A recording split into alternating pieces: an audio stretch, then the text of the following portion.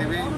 80-85% ಕಡಿಮೆ ರೇಟ್ನಲ್ಲಿ diabetes, sugar ಇಂಥ ಎಲ್ಲ ಪ್ರಮುಖವಾಗಿರೋ BP ಇಂಥ ಪ್ರಮುಖವಾಗಿರ್ತಕ್ಕಂಥ ಔಷಧಗಳು 80-85-90% ಕಡಿಮೆ ರೇಟ್ನಲ್ಲಿ ಸಿಗ್ತಾ ಇರ್ತಕ್ಕಂಥ ಈ ಔಷಧಗಳನ್ನು ಬಂದ್ ಮಾಡಿ ಈ ಮೆಡಿಕಲ್ ಲಾಬಿಗೆ ಮಾಡಿದ್ದು ಅದನ್ನು ಎಲ್ಲ ಬಂದ್ ಮಾಡಿ ಹೊರಗಡೆ ಬಡ ಜನರು ಸರ್ಕಾರಿ ಆಸ್ಪತ್ರೆಗಳಲ್ಲಿ ಉಚಿತ ಕೊಡ್ತೀವಿ ಅಂತೇಳಿ ಹೇಳ್ತಾರೆ. ಅವರು ಉಚಿತ ತೊಗೊಳಕ್ಕೆ ಹೋದ್ರೆ ಸ್ಟಾಕ್ ಇಲ್ಲ ಅಂತ ಹೇಳ್ತಾರೆ.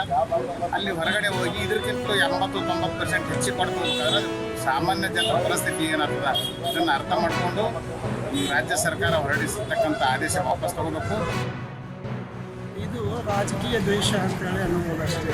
ಸಾಮಾನ್ಯ ಜನರಿಗೆ ನೀವು ಒಳ್ಳೇದಾಗಲಿ ಅನ್ನೋ ಉದ್ದೇಶದಲ್ಲಿ ನೀವುಗಳು ಕೂಡ ನೀವು ಅಲ್ಲಿ ಅನೇಕ ಇದು ಮಾಡಿರ್ಬೋದು. ಬಟ್ ಅದೇ ಥರ ಮೋದಿ ಮೆಡಿಕಲ್ ಸ್ಟೋರ್ ಅನ್ನೋದು ನೀವು ಎಷ್ಟು ಹೇಳಿದರೂ ಕೂಡ ನಮ್ಮ ಸಾಮಾನ್ಯ ಜನರು ಅದನ್ನು ಬಿಡೋಂಗಿಲ್ಲ. ನಾವು ಕೂಡ ಅದನ್ನು ತರಿಸ್ತೀವಿ.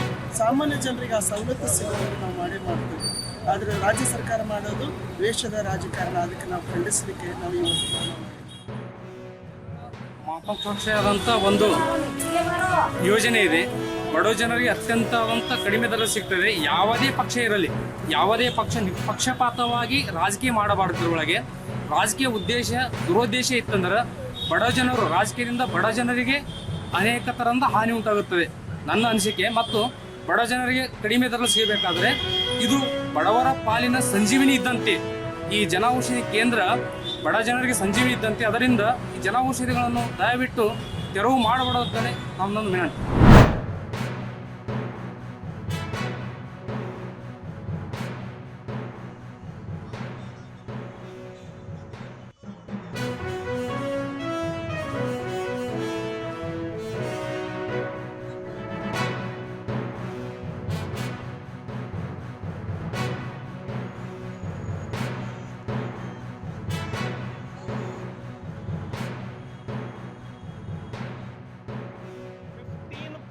ಇಂದ 40% ವರೆಗೆ ಏನು ರೇಟ್ಗಳು ಇದ್ದಾವೆ. ಅಂದರೆ 100 ರೂಪಾಯಿ ಹೊರಗಡೆ ಇದ್ರೆ ಅದರ ಬೆಲೆ ಜನೌಷಧಿ ಕೇಂದ್ರದಲ್ಲಿ 15 ರೂಪಾಯಿಯಿಂದ 40 ರೂಪಾಯಿವರೆಗೆ ಬರುತ್ತೆ. ಇದರಿಂದ ಲಾಭ ಆಗೋದು ಯಾರಿಗೆ? ಈ ರಾಜ್ಯದ ಬಡವರಿಗೆ. ಇದನ್ನ ಪ್ರಧಾನಮಂತ್ರಿ ನರೇಂದ್ರ ಮೋದಿ ಅವರು ಆರೋಗ್ಯ ರಕ್ಷಣೆಗಾಗಿ ಆಸ್ತಿಯನ್ನ ಮಾರ್ಕೊಂಡಂತಹ ಕುಟುಂಬಗಳು ಇದ್ದಾವೆ. ತನ್ನ ಅಗತ್ಯದ ಮಾತ್ರೆಗಳ ಖರೀದಿಗಾಗಿ ತಾನು ಬಡವ ಆಗಬಾರದು, ಬಡತನಕ್ಕೆ ನೂಕಲ್ಪಡಬಾರದು ಅನ್ನುವಂತಹ ಒಂದೇ ಕಾರಣಕ್ಕೆ ಜನೌಷಧಿ ಕೇಂದ್ರವನ್ನ ಪ್ರಾರಂಭ ಮಾಡಿದರು.